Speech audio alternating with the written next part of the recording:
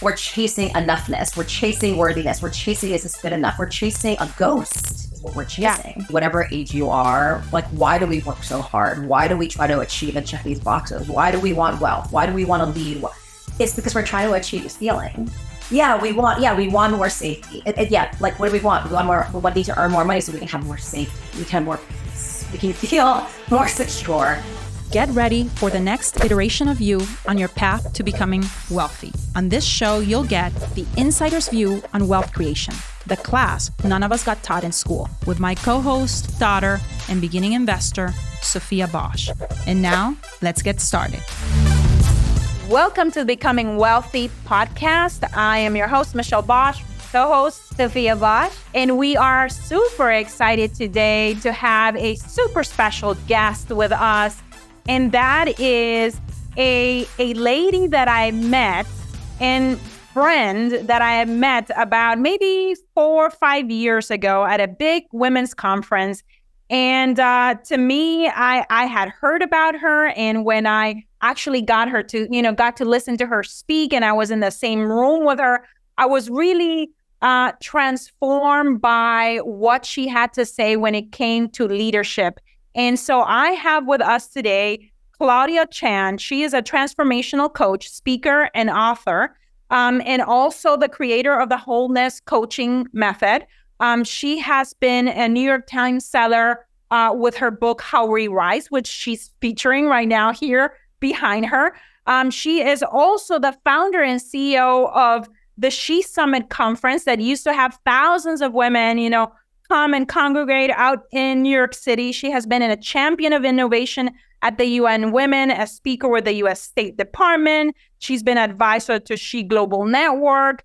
You have also launched, I think, an Inner Circle coaching practice as well. And Claudia, it's such a pleasure to have you here. Thank you so much for making the time. I know it's a little bit later on for you out in the East Coast. So thank you for being here with us today. Of course. Thank you for having me.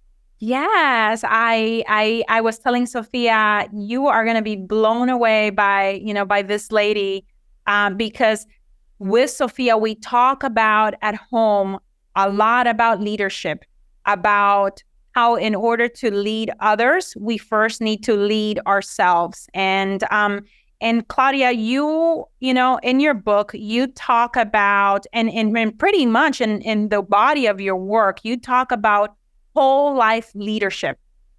What does that mean? If Sophia was to hear that, what does that mean, and how is that different from traditional leadership? Great question. So I think to answer that question, I think I'll just sort of start with, my journey in the personal development and empowerment space over the last 24 years of entrepreneurship. So I'm 48 today and celebrating half of my life, 24 years. When I was 24 years old is when I started, and really grew up being an entrepreneur. And really, it's interesting how, I think our generation, Michelle, I'm a Gen Xer. I don't know. I'm guessing, or the same year. Okay, so Gen Xer. I'm 47 years old. So here we go. Yeah. And it really is, sometimes we think about who we are so rooted in the generations that we were raised in, what our parents went through, and so much of who we become is conditioned by our upbringing in our childhood. And that time when my parents, migrated here from Taiwan and China in the 60s and 70s, it was all about survival, and so it was very much about, wealth and success was having financial security. Yeah. Right. Like, so when we think about our generation, and whether you're Latina or Asian, you got Russian, you got English, you got whatever mutt or mix you are, right? It's, our parents and our grandparents' generation really survived a lot of pandemics and epidemics and colonizations, and some of our countries too, they're still going through so much, right? So we did break through. Our parents helped us break through, and so I think that's so much of what is the definition of success, and what is the definition of leadership.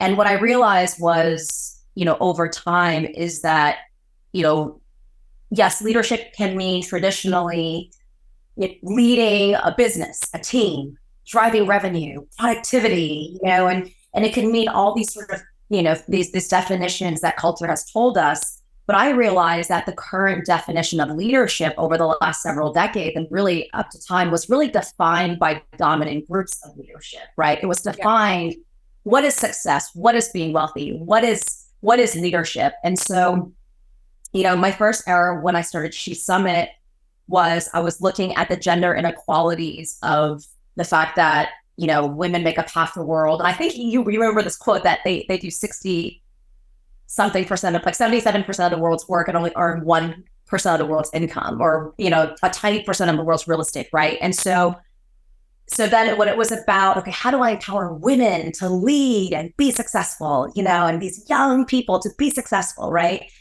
But then I realized, no, wait a second, we have to change the definition of what leadership means, because then we're going to just continue to repeat the cycles of, leadership at the sake of something. And I think that, our generation as Gen Xers, and I've spent the last decade doing conferences and leadership keynotes and programs and coaching with high achieving women like you and, Allie Brown of the communities that we've met in, right? 7-8-figure entrepreneurs, senior women in corporate leadership, all these successful, high achieving women. And yet there's a massive, massive invisible struggles, right? Whether it impacts your health, massive health issues amongst high achieving, successful, wealthy women. Oh yeah. Marriage challenges, marital challenges. Yes, great. You have the perfect looking house. You've got the great family. You've got the perfect kids. They go to private school. You got the nice cars. But, kids are having ADHD, and mental health in our teenagers is at an epidemic.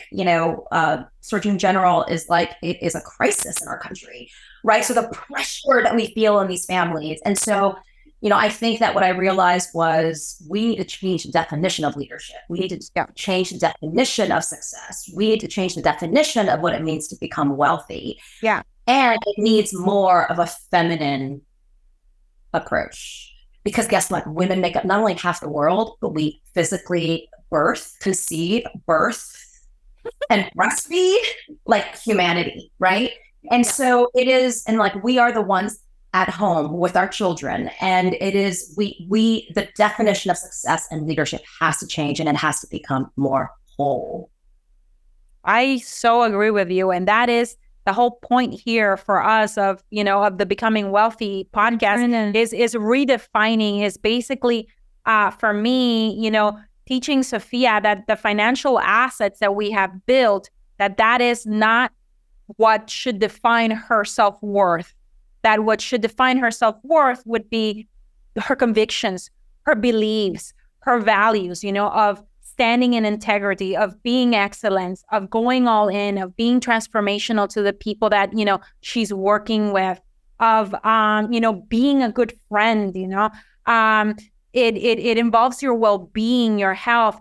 We in our house, she has been witness firsthand of over the last couple years, how my health was deteriorating and I didn't know what was going on. And I finally, figured out that I was dealing with Lyme disease for several years now. And like you said, it was something that where I was suffering in silence because that's not, you don't go out there to the world and tell them, look, I'm feeling this and that and aches. And because who's going to want to follow somebody that, is perceived as weak, when in fact there was so much strength. They might come after you because you are weak. What has happened is our generation, and I think the young generation too, it is, you have to look perfect.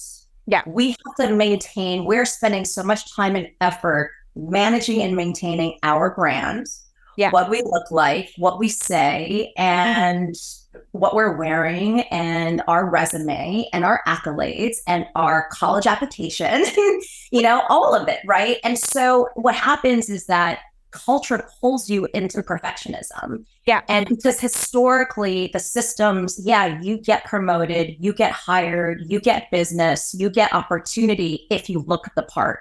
Exactly. And so that is a major part of what we need to change. Yeah. And so in terms of talking about what whole life leadership means is, it started off when I wrote the book, there was a chapter called Treat Your Whole Life as the Organization You Are Leading.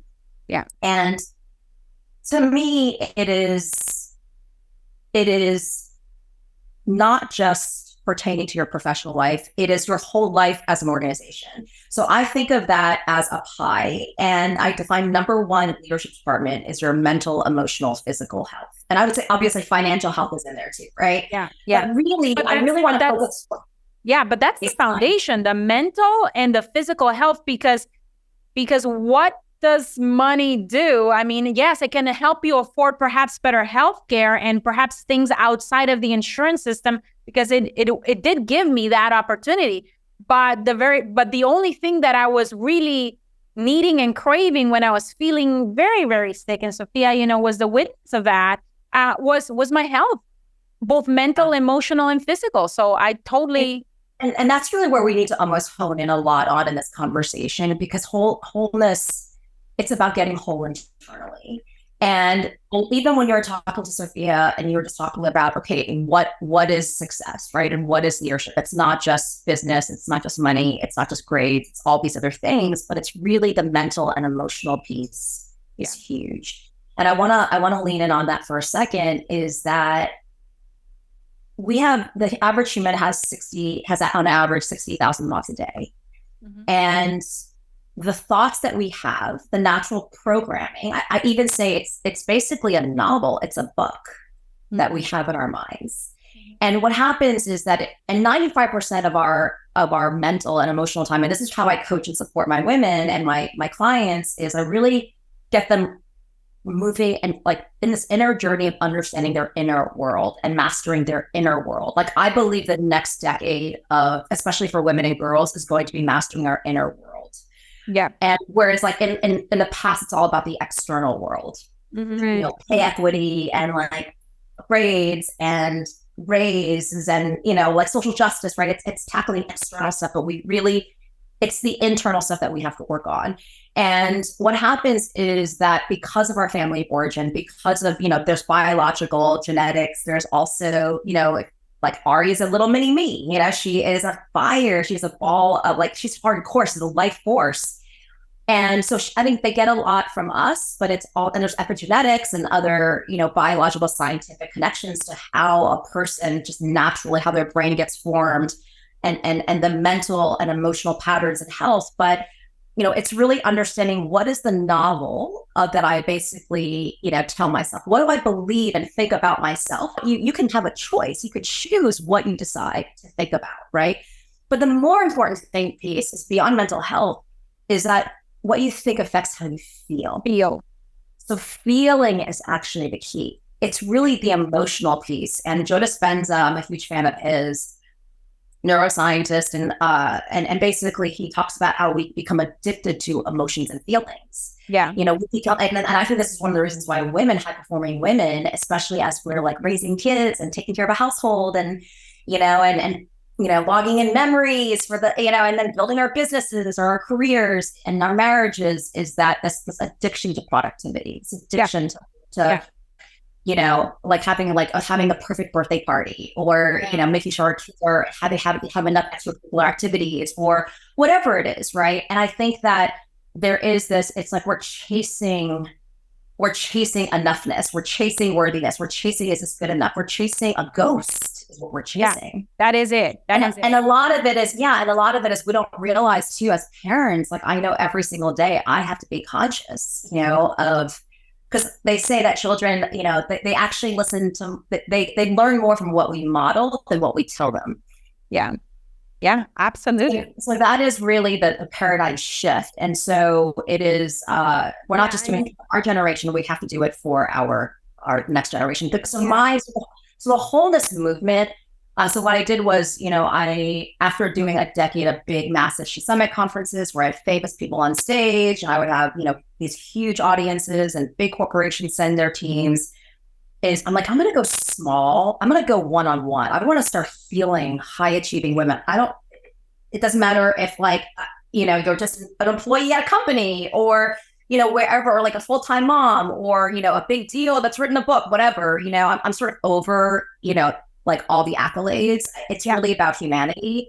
And so really it's this massive authenticity of healing, of working one-on-one with individual women. They come to my retreats where they get, and I do the retreats every few months. We're launching our first one in New York in November.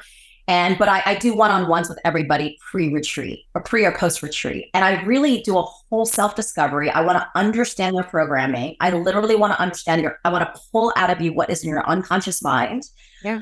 And I want to help them because we don't see for ourselves what somebody else who's a champion can see for you. Yeah, absolutely. And so what happens is, as women too, and girls, we can play small.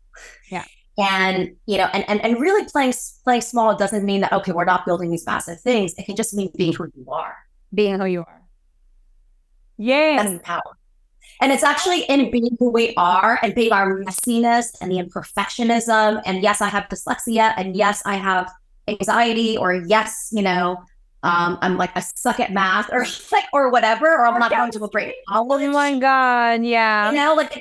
It's really, but in that creation and we're pieces of art and we don't have to follow this perfectionism. We can be messy. We can be a mess, but it is in that we are our work of art. And then when we're out here, we're all here to do something and create something and be something different. And so that is really, I believe, I think that mental health, if anything, the perfectionism of our generation, I think is really, and plus social media. Yeah. It really has all the young people that I work with and where I've engaged with, it is really a crisis. Yeah. Sophia just had a few weeks back, and we actually even recorded an episode about her feeling completely overwhelmed. And it was because, Sophia? I felt like I needed to be perfect at everything. Plus, I said yes to too many things that I was not able to do my best at or feel like I did my best at. So where do you also think that this feeling of perfect, this pressure, society pressure, for sure. Society pressure, school. Yeah, no, social media, like all of it, right? Yeah. Yeah. Also, I think it's also really big amongst girls as well. But here's what's incredible is that there's no such thing as perfectionism. It just doesn't exist. Yeah. And actually, perfectionism actually means imperfectionism. And I always just say, like, I'm imperfectly proud, like be imperfection proud, because it just doesn't exist. Yeah. And so that's a message that we really need to get to our young people. I have an amazing intern because I live in Tampa, Florida now. I moved down here to this amazing, beautiful Gulf Coast. And I live across the street from University of Tampa. So we have we're still in our condo because we bought a house and we're renovating the house. And it's great because we've got tons of UT students, like babysitter central, so convenient. And I had found an intern in my building, Lily, who I love, but she's gotten straight A's forever. And yet, she gets really stressed out. When I assign her projects, I remember the first time she was trying to figure out how to do something and she sent me a message like, I don't know if I did this right, but if I found I was really struggling with this. And if you feel that I didn't do it right, I totally understand if you want to have a different intern, And I was like, she was basically giving up her opportunity just because she was holding herself with perfectionism. And so I just said to her, I want you to know you always have a safe space with me. Just always ask me a million questions. There's no stupid question. And I just took it upon myself to mentor her and every time she does a project, there is this pressure that she puts on herself. Mm-hmm. And I just try to regulate her and soothe her and help her feel seen. Because it's just this unnecessary pressure. And it really has given me this inside look to how much pressure these young people have. And I think that, it's something that, us as parents, we really need to be so aware of. And that's why this podcast is so important. Yeah. Yeah. For me, when she was feeling this overwhelm, I'm like, Sophia, okay, let's think about this, we need, let's look at your calendar. Let's look at all the extracurriculars. Well, first of all, I'm noticing that you're not sleeping. You're not getting enough sleep. You're going to bed really late. Let's prioritize sleep. And let's try to figure out where we need to cut things out so that, or what help we need to give you in order for you to not be until late at night, struggling, trying to figure something out. For us, we discovered that, she needed chemistry, some help outside of the school. So we hired a tutor. But first, I'm like, we need to prioritize sleep, because nothing will make you feel less defeated in the mornings when you start your day than not being rested, because that affects how you feel, and what you're thinking about, and sleep is so underrated. Nobody wants to talk about sleep, but there's like a sleep deprivation epidemic across all the board, not just kids on TikTok, but us adults as well, I talked to my friend Ariana Huffington about that. Her whole platform was from rest and sleep. Yeah, and I think that really, but I would even go deeper in the sense of really, again, knowing your inner landscape. What you tell yourself. What is that story you tell yourself? And what happens? What is this, like, if you don't meet these expectations of yourself, like, what does that mean? And really started to put that like on paper and analyze that. And also seeing, okay, what are my natural triggers? Like, what happens, like I'm managing it. And then what happens, maybe it's, I don't know, you get too many emails from a teacher or something happens, right? Or something socially, and it triggers you in the sense that all of a sudden it puts you into that fight, flight, freeze. They call prefrontal cortex is your rational brain. And then your reptile, your animal brain is like when you're in fear or you're in anxiousness, and that, what puts you into the overwhelm. And so like knowing yourself, like mastering knowing yourself. And the other piece is structure.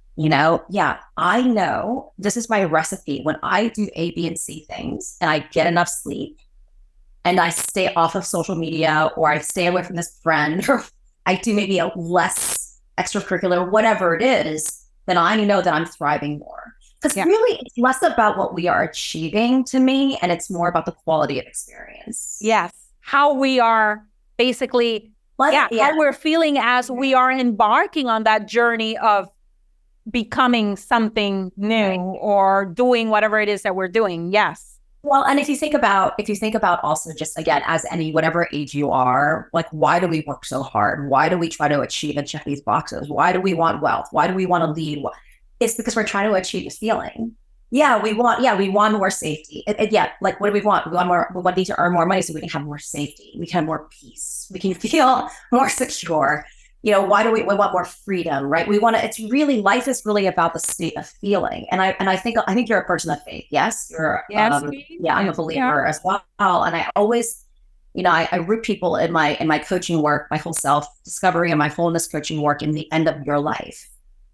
In the end of life, and just because really at the end, you're not going to think about all the assets you have, all the, titles you got, or the awards. You're going to think about what you experienced. Yeah, you're right. 100%. So my movement right now, the wholeness movement is, and the inner circle, which is the community, it's a community and a movement of people who are devoted to creating a future where work life is built on wholeness and well-being and community and imperfection and equity and opportunity, not burnout, not perfectionism, not okay, you have to look this way to be safe. Yeah, because perfectionism, and that is really, and it is such a rewiring of our physiology and of our neural pathways. It's very psychological and it's very emotional, and it really takes and it requires healing. It requires healing. It does. And because there's no person that doesn't have trauma, by the way. I'm just convinced that there, even if you come from the most perfect family and you have the most perfect everything, in that perfectionism, then you're trying to look, then you're comparing yourself to that, right? Then it's wait, there's other types of, Yeah. I feel like also the perfectionism in our society that is built on that is so toxic. It needs to change, because I can't be feeling this way anymore. I hate it. Yeah, absolutely. It's intolerable. It is literally, no, it's a suffering. It's really, when your mental and emotional, when your nervous system is activated, it's horrible. And here's the thing though, here's what's beautiful though, right? It's especially as believers, is that think about Jesus and think about, if life were so simple and life was just perfect, and if we constantly felt like love and roses and la la land, then we would have no wisdom. Yeah. And here's the thing, the world is broken. The world has so many issues. And I truly believe that God gives us whatever we struggle with, we are meant to go through to build our wisdom, to build our resilience so that we can grow and gain wisdom and to then contribute and heal others in those issues. I live by a quote. Like, it's like in my room. It's there. It says, if you find a path with no obstacles in it, it probably doesn't lead anywhere. Yeah. Yeah. And as you were saying, those obstacles, that Sophia's talking about in her quote are sometimes the things that define who we are. Claudia, is there a specific moment in your life that define who you became and this shift, from leadership that was all about productivity versus leadership that is about wholeness? Was there a specific moment that defined, who you are, or who you became, or who you continue to become? A lot of it is actually my relationship with money. Yeah. So what happened, and it took, what's interesting too, is like you can live this unconscious life, like our generation, you just sort of, it's like almost reactionary, right? Like culture, parents like tell you what to do and you just go and you pursue something that you think is the right thing. But now our younger generation, like Sophia, has this opportunity to have these invisible conversations, right? To talk about these things. And so like she's going to have so many more tools than you and I did. So I was like, there's like a reactionary way of living. And then at a certain point, you align with what matters the most. And then you have proactive living. And so for me, it was, like born and raised in Manhattan, New York City, private schools. Then my parents like struggled really. They had like Chinese restaurants, had nothing, started something, similar to probably all of our families, and gave us this privileged education. But it was very much unconsciously, like they were always stressed out about money. And so, how much was that? And, and even when they started really earning, they were like, well, it's, you got to make the money. And so, and then wanting me to go to private school so I could be with upper class, so I could become upper class, right? Because you become the community you keep. And they didn't have college educations. They came here. My dad was a bartender, and like a bunch of Wall Street guys invested in a first Chinese restaurant. My mother came, like they met in Taiwan, and she like waitress and like became an operator of the restaurants. And so, it was so, and then they were just sharks with like, entrepreneurship and that immigrant small business owner mentality. But it was just, even though we were so loved and like they just gave us, and Latinas and Asians, right? Eat more food, more food. It's just like tons of love, tons of food, everything's about your nutrition.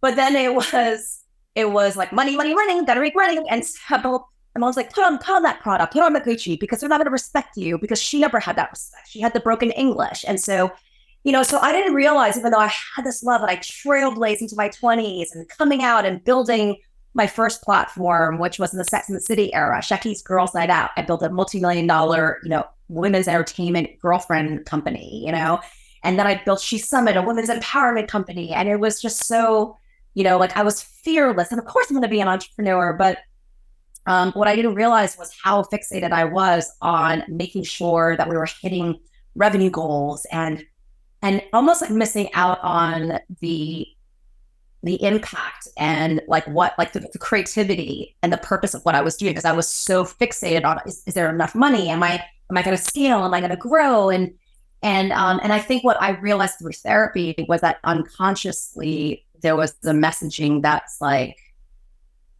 doom is around the corner. Like there's a bear outside the door, and you always need to be thinking about, is there enough? Can it run out?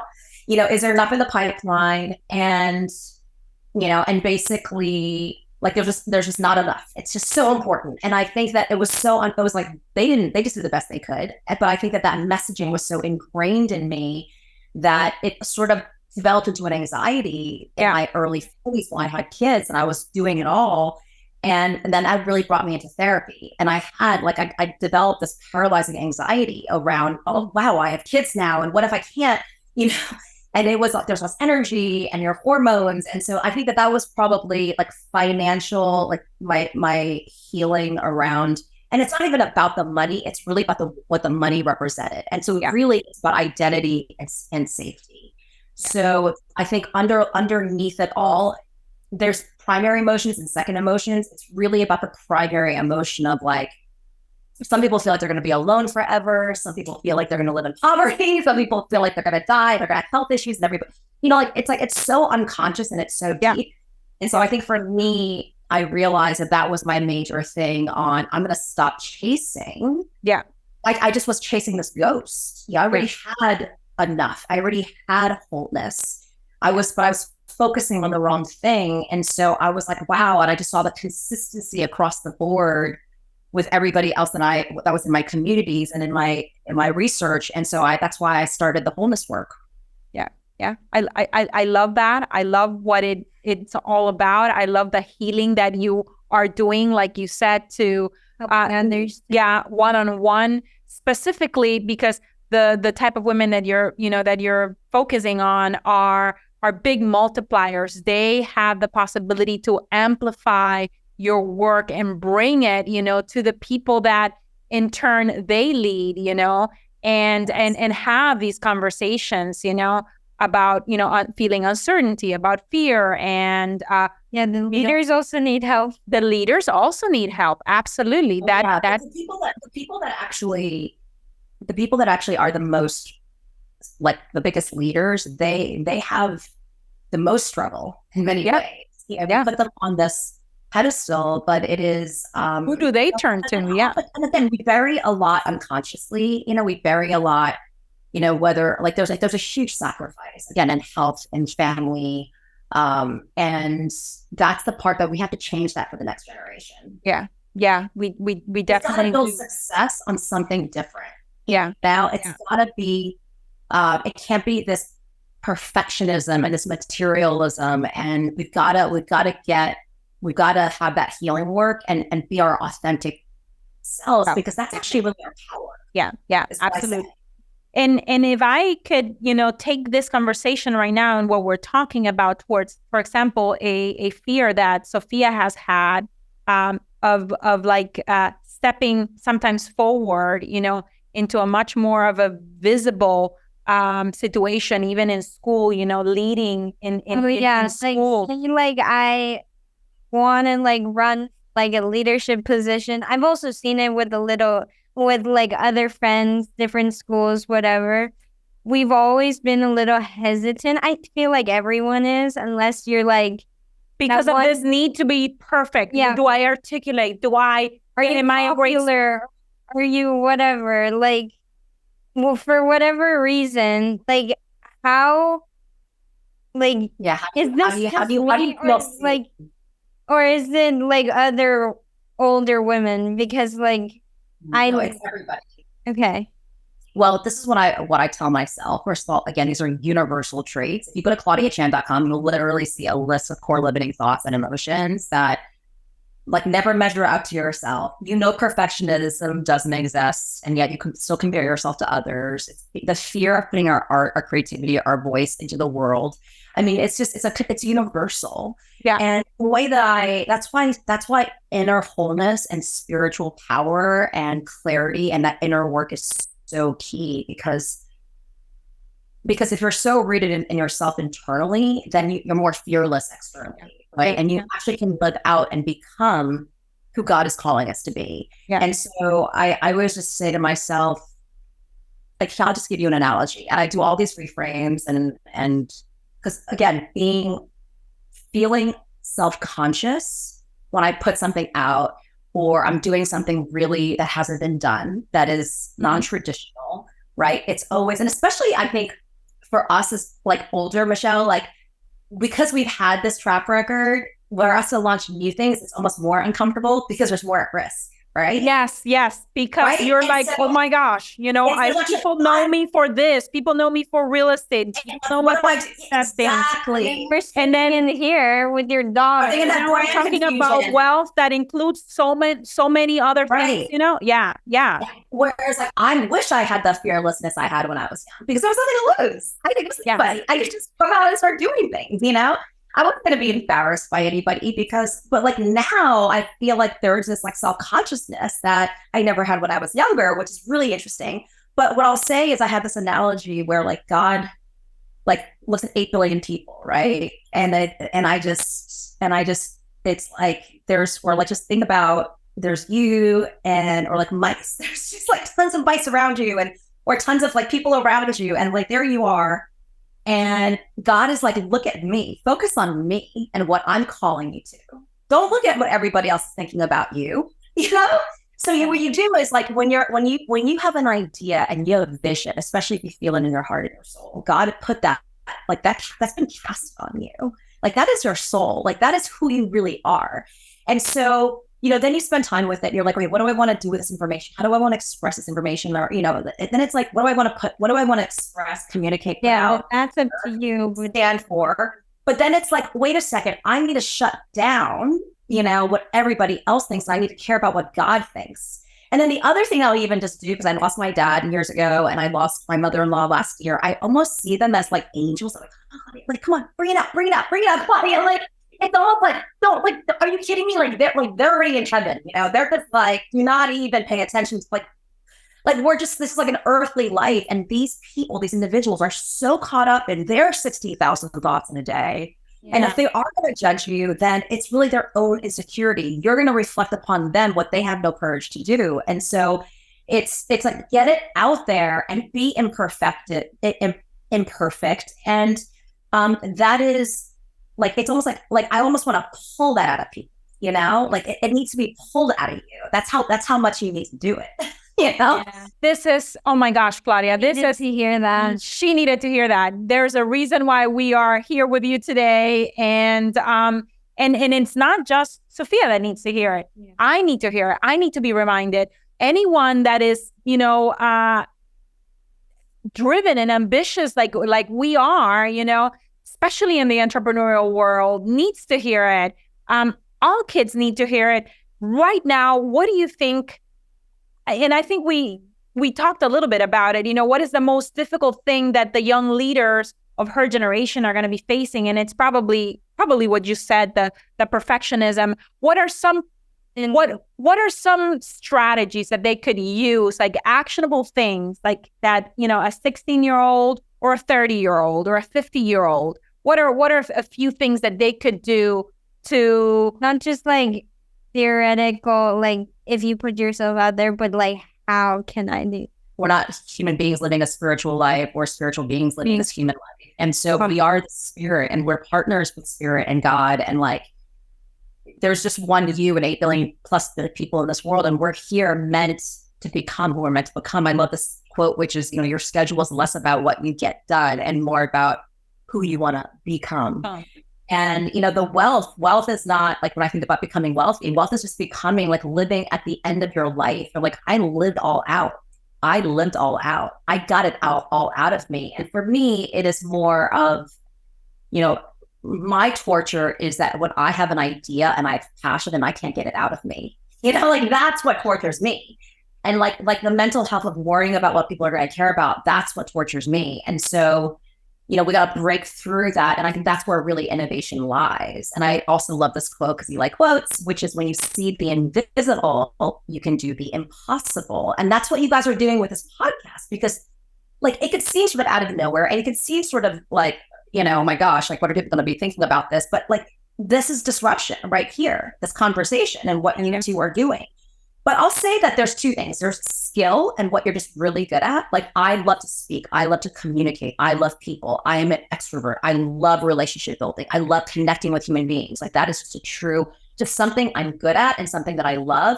But then there's also purpose, right? There's just like natural skills. And then there's like, I really care about mental health in kids. I really care about Latina community with raised by single moms. I really care about XYZ, whatever the topic and the category is, right? Like, people at the border or whatever, climate change. And so I think it's just knowing that, in your teens and your 20s, it's just like experience and sample everything, just, and like let perfectionism like almost just be an artist and get out into the world and try and do and be everything and be an artist. And I think at the end of the day, it is artistry. Like we are works of art and we're here to do art. I think entrepreneurship art is art. I think this podcast is art. And so if you can think of it as creativity and artistry and like, hey, like I want to test, like I've never done a lot of public speaking, or I've never, and like lean in where you're fearful, right? Even this is speaking and like, this is uncomfortable. Like lean in, discomfort means growth. Comfort is safety. Discomfort is growth. But it's like, just try it a lot and just be an artist. And then you'll get to like, you'll have this research that tells you, okay, my heart is telling me this, right? And so you guys have an opportunity now in your generation to just try and do so many things. And I think releasing that perfect resume and what you think you have to be doing, that is the game. Just be an artist. Just be an artist. And find out what you're really good at doing and what you love to do, and find out like what you want to do it for, and just try a lot of things. Okay, so now the question, it begs the question, if somebody is listening and they want their life to become a work of art and they want to know more about you, learn about Inner Circle, about, working with you and healing, this tendency of perfectionism, or maybe fear surrounding money, or whatever it might be, how can they get a hold of you? How can they? Or just go to claudiachan.com, just my name, my website. And then I'm also on Instagram a lot too. So I show my authentic, imperfect self there all the time. And yeah, you can DM me on Instagram, or you can go to the site and read a lot about the programs there. And yeah, it's really. I love these really retreats that you're talking about. That the smaller retreat that is happening right now in November. Who would be like the perfect candidate for this retreat? And you? Yes. I already was like, darn, because we have the Inc. 5000 gala and celebration in that same time frame. But that's not the only one that you do. Yeah, February 2nd and 3rd will be Florida. It's going to be Tampa in my area. Okay. And I'm really going to probably like roll out. Where are you based again? Arizona. Okay. And it's interesting because like, like the caliber of my network is like, I have people in LA, I have people in San Francisco. So it's almost even fun. Like if you wanted to do it together in Arizona with 20 women, like I'm really bringing it to the cities where my people are also, or, there's going to be a whole schedule, but I'm also designing the schedule. Again, it's so organic. And, the way that I think about it is this too, and I'll say, Michelle, is, I drop off the kids at 8:00 in the morning and I pick them up at 3. Okay, so they were 6 and 8 years old right now. Uh-huh. And I realized I have 10 years until they go to college. I have 10 years until they go to college, right? And sure, like I used to have the au pair, I used to have the nannies, and I'm like, I want to do drop off and pick up. I want to maximize my time. Yeah. And so I think that it is like, and then when I think about, by the way, in perimenopause, fatigue and this energy, and like I don't have the energy that I used to. I really got clear with, okay, how many hours do I have a day or in a week to actually really work and do like really good work? The thing about work too is like work has to feel exciting. It has to feel passionate. Like I'm also just like over the exhausting work. And yes, even if like there's going to be exhausting work for certain things, but at least it's something you're passionate for. Like there's this end result. Yeah. And so I think like it's just, and I think that we need this reset. I think whether or not you're 25, 35, 55, 65, it's like if you find yourself in a chapter or a season and you don't like your quality of experience, it's like we need to do the work to map out what does a vision of a better quality of experience look like? And what is the mathematics and the financial data around that, or the caregiving data around that?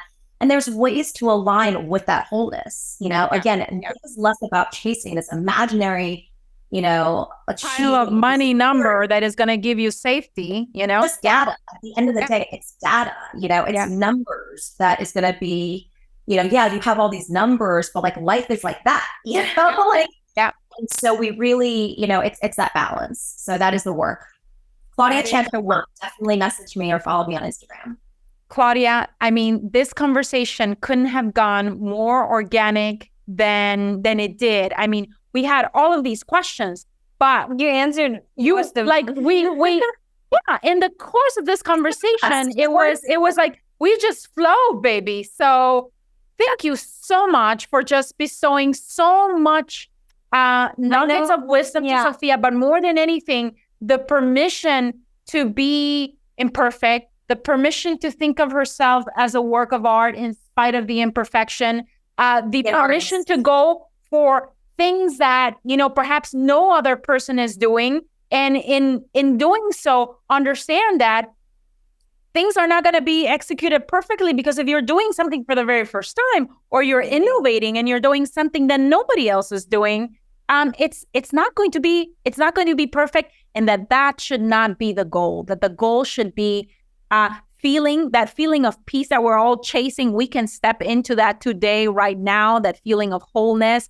of feeling like we're contributing and impacting. And we need to learn to regulate ourselves in those moments and be able to be parent to ourselves when you feel those things. That's a lot of the tools. It's key. Yeah. Parenting is not just us parenting a child, but like you just said, right now it's reparenting yourself, because I was also, you know, raised by a single mom that is super driven, ambitious Latina that, expected. Trust me, I can imagine. You know, I mean, or this actually, like you sell land, for Christ's sakes. I mean, that's just like another level. No, it's not even real estate. It's the land. It's your mom. So thank you so very much for being and spending time with us, especially, you know, in your early evening over there in the East Coast. And for everyone, you know, that is watching, listening, go to claudiachan.com. We're going to have also her website on our show notes. And leave us a 5-star review. Share with an important woman in your life this episode, and share the podcast, because that's how we get our message around. That's how we start that transformation of a society of perfectionism and of wealth that is only being defined, you know, in a certain way. If you drive the certain car, if you live in the certain place, and it's talk about wealth in a much more holistic, you know, point of view that really nourishes us and allows us to expand in not a forceful way, but more in a harmonious way, you know? And that is, I know it's possible, you know? Like this conversation. Yeah, absolutely. We're imperfect. And that's how the best things happen, right? Exactly. Thank you so much. It has been a pleasure. You stay in touch with me, okay? Yes.